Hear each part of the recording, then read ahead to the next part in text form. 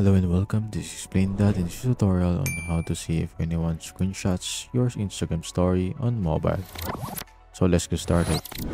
This one should be a little bit more confusing, but this is for Instagram beta only, not for the public yet. But as you can see, other people is like this is like a Snapchat level type of updates for your account as well. Someone should be able to take a screenshot. It will notify you as soon as you have the disappearing messages or the DMs as well. So you can also do view insights, but that's about it. That's how to see if anyone screenshots your Instagram story on mobile.